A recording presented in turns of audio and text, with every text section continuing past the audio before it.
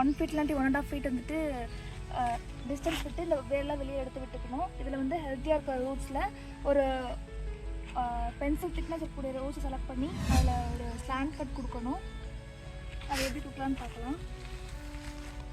45 டிகிரியில் ஒரு slant cut கொடுக்கணும். இதில் பயோ ஃபெர்டிலைசர்ஸு அப்புறம் டீனேஜ் கோகோனட் ரூட் டானிக் இருக்குது, அதெல்லாம் வந்துட்டு கலந்து கொடுக்கலாம். இல்லாட்டி ஏதாவது ஒன்று கூட கொடுக்கலாம். இதில் வந்து லிக்விட் ஃபார்ம் எடுத்துருக்கோம்.